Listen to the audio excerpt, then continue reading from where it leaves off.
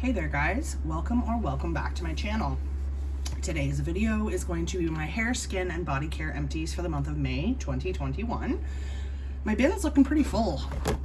There's a lot of stuff in here, so I will do my best to not ramble too much. And yeah, let's just dive in. First up, I finished a Bath & Body Works Super Rich Moisturizing Body Wash in the scent Sweet Pea. I love Bath & Body Works Sweet Pea. Scent notes here are Sweet Pea, Watery Pear, and Sheer Freesia. I really like the moisturizing body washes. I do find the Bath & Body Works shower gels to be quite drying. Sorry, I'm just fixing my warmer back there. So I do prefer the moisturizing body wash, but it's not available in all fragrances, so it's more of a limited stock. Now, I'm pretty sure I got that one at SAS for a steal, and I would purchase again. Oh, yes. This Cucumber Melon Ultra Shea body cream has been sitting on my balcony of my apartment since last summer. I just, a few weeks ago, went out and sort of got my balcony sort of spring-summer ready, did a bit of cleanup, pulled furniture out, stuff like that. Saw this sitting out there. It was covered in dust, and I laughed. So I made an effort to like use it up immediately, and I did. Cucumber Melon is a classic scent. I love it. Honestly, I don't know if I would repurchase just because there are other fragrances that I like more. That was also likely an SAS find for a good price. I finished up another L'Oreal Paris Color Radiance Rapid Reviver Deep Conditioner. I was using this line a lot when I took my little break from protein products for my hair. This was a good product. I should mention, every time I used this and then went into work, someone complimented the smell of my hair. So that says a lot. And every time it was after I had used that conditioner. Speaking of conditioners, my nails are awful, I'm sorry. I finished up another Aussie 3-Minute Miracle Moist. I buy the big, like almost half-liter containers because I use a lot of conditioner. I'm not shy. I just pump and pump and pump. And this stuff is pretty cheap. I get it off Amazon for like $5.50 or something like that. And I have mentioned before, I mix in with this my favorite blue conditioner to make it sort of a milder version of like a toning mask, and then I just use it in the shower. I like that. I love that, and I will continue to repurchase. I finished up an Ultra Shea body cream in Portofino Pink Prosecco. Oh, I almost knocked the camera over. Sorry, guys. Scent notes here: Wild Pomegranate, Sparkling Pink Prosecco, Soft Jasmine. I actually really did like the scent of this. It's, you know, a sweet, fruity floral. This again was an SAS find. I want to say last summer, maybe. I don't know. COVID has gone on for so long. Like, I can't even remember the last time I was in store, but I think I got this at last SAS, which would have been last summer. Yes. Anyway, I did like this. I think I would repurchase it if it was at SAS pricing. I finished up a Boardwalk Vanilla Cone Gentle Gel Hand Soap. Here's my issue with these, and you've probably heard me go on a rant about the Gentle Gel before. Definitely less drying. I will absolutely give it that. But I am a lather girl. I really like my lather, and in order to lather up my hands with this, I had to use so much of it that this hand soap lasted like a week. It was a joke. Scent notes here: Marshmallow Fluff, Vanilla Bean, and Creamy Caramel. It does smell great, and in fact, I think I still have this fragrance in a foaming soap in my closet somewhere. Yeah, it smells great. Very bakery.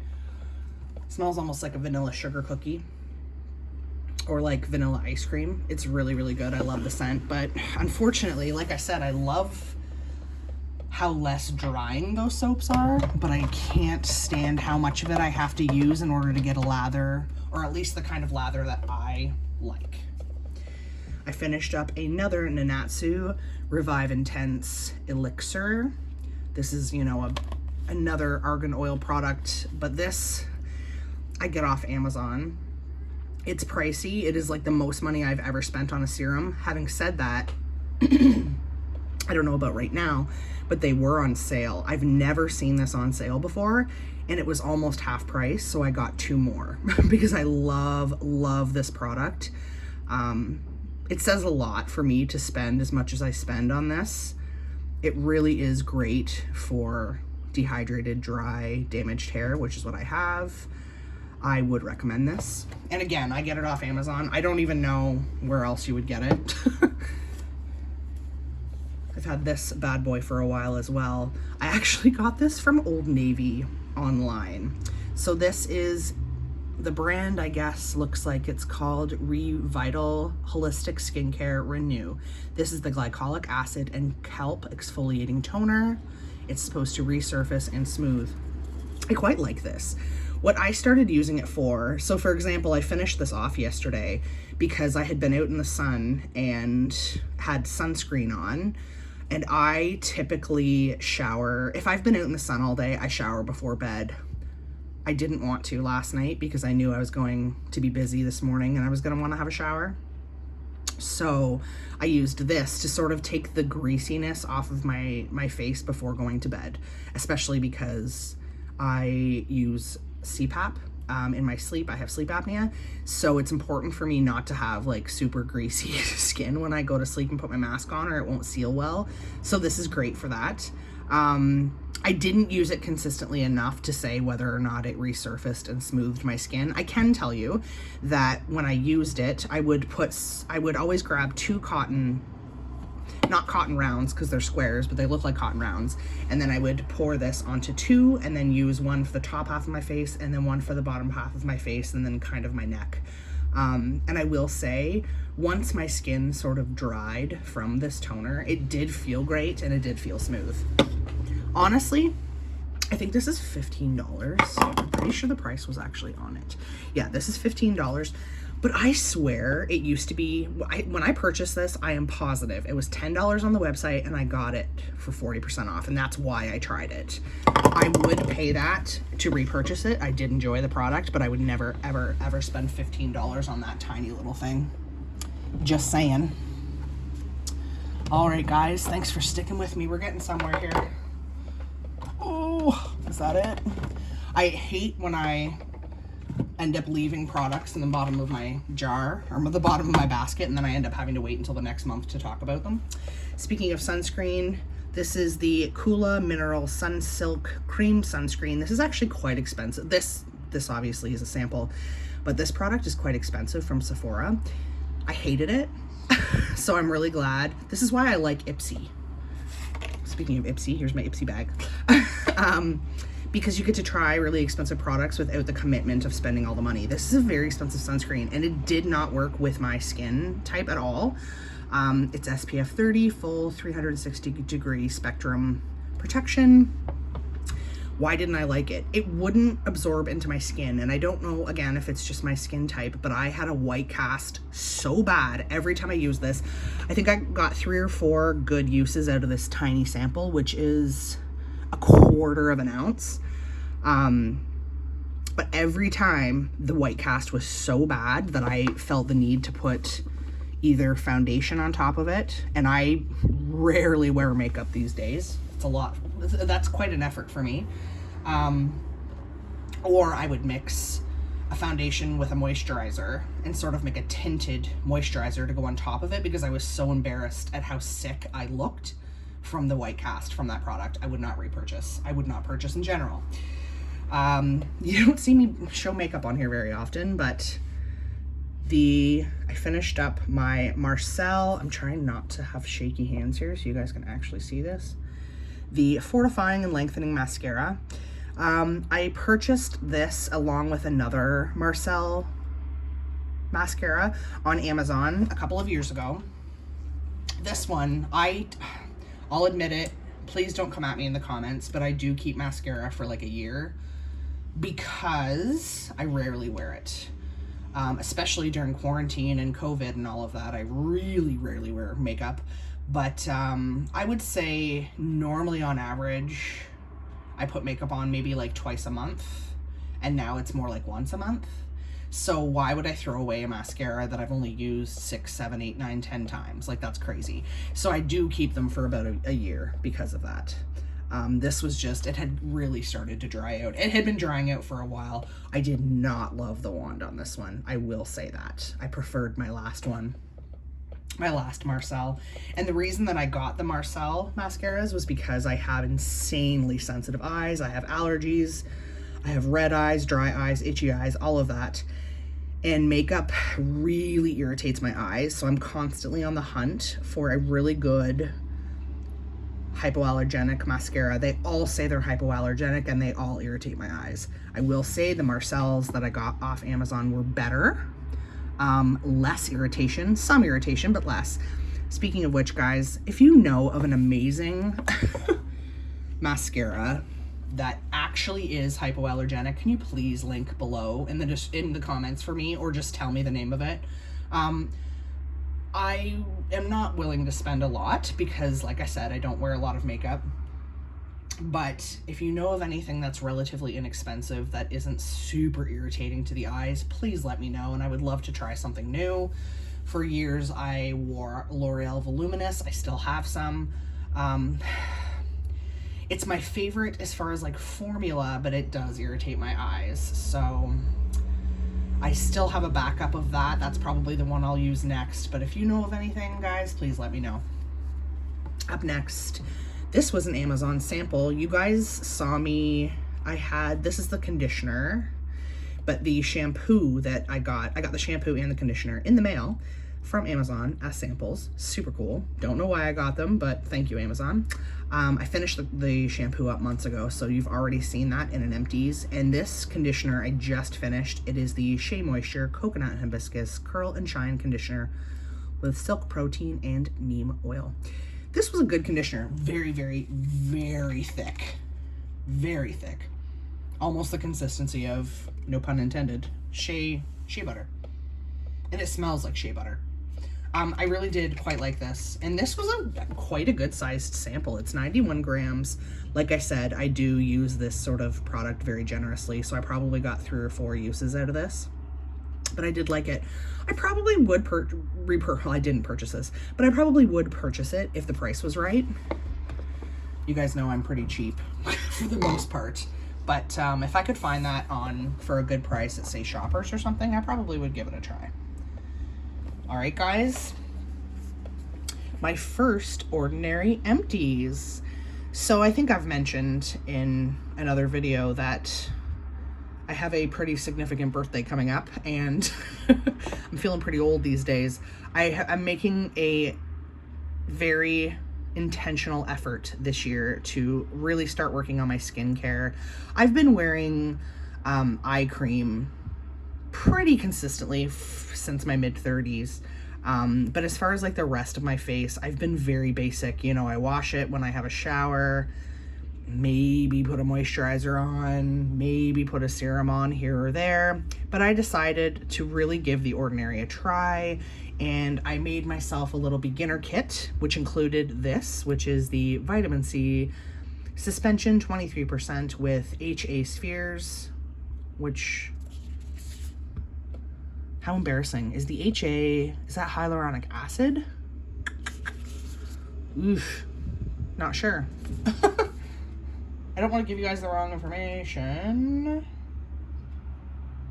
Yeah, I don't really see. Anyway, this product is mildly irritating. I do have somewhat sensitive skin. It's a little bit gritty. It's basically, I feel like it's basically just crushed up vitamin C in whatever the HA spheres are, the 2%. I learned my lesson the hard way with this, that I really shouldn't put this on my neck. I have a very short neck and I have terrible posture most of the time, but I was putting this on and then I would either go to bed or go to work or whatever, and I was starting to get a rash on my neck from it, sort of where like my neck meets like the top of my shoulders, if that makes any sense. I think the product was just sitting there too long and then it really irritated. I woke up a couple of times with like a crazy dry patchy rash, so I've stopped using this on my neck, but I still use it on my face. I do like it. It's a little bit stingy and tingly for the first little bit after I use it. But I have repurchased. I do have another one that I'm about to open. I did like this. I used this sort of to even out my skin tone a bit, all of that. I would recommend giving this a try. I would recommend a lot of the Ordinary products. So far, I've been pretty happy with my experiences. So that's always a good thing. As usual, we are running out of room. Every time, right guys? All right, last but not least, I finished up a Scentsy body wash. You'll notice that I go through body washes in clumps. Like some months I don't have any in my empties. Other months I have 2 or 3 because I always have like at least 2, usually 3 body washes in the shower at the same time, and I mix it up because I love shower gels, but I do find them a bit drying and I do suffer from dry skin. So this past month I was rotating between the Scentsy Candy Crave shower gel, body wash, whatever you want to call it, and the Sweet Pea Super Rich Moisturizing wash. And I'm still working on another moisturizing body wash. Haven't finished that one yet. But I do quite enjoy the Scentsy body washes. This is, I think, my second, and both times I got the scent Candy Crave. You guys know I love the scent Candy Crave, which is raspberry sorbet, cotton candy, and marshmallow. This fragrance is coming back in the bar, in Bring Back My Bar, starting June 1st, so next week, which is crazy. Oh, I love this scent. I love it, I love it, I love it. It's like blue cotton candy. Anything cotton candy, I love. The other thing I love about the Scentsy shower gels or body washes is that you can store them upside down like that because the lid is flat and actually get all the product out. I hate how much product gets wasted in a lot of these sort of packagings, but this is wonderful. When I didn't think there was enough left in it for a shower, I just put it in my kitchen upside down like this and just used it to wash my hands a couple of times until it was empty, empty, empty, which it is now. So I would repurchase that. My only thing is I find the Scentsy shower gel, body washes, whatever you want to call it, extremely overpriced. Even when I consider the commission that I would make off of a body wash, and even if I got it in my Scentsy club, which is usually what I do, at 10% off, and you know, I've considered, okay, well, with 10% off plus my commission, I'm only paying, you know, this much. It's still way too much. I'm used to, you know, I'm a sale girl. I like to shop smart. I am all about getting, you know, my Bath and Body Works shower gels and body washes for buy 3 get 3 or even less, or you know, $3 or $4 at SAS. And the Scentsy body washes are what? I'm sorry that I don't know, don't quote me on this, but I want to say they're like $12 or something Canadian. It's too much.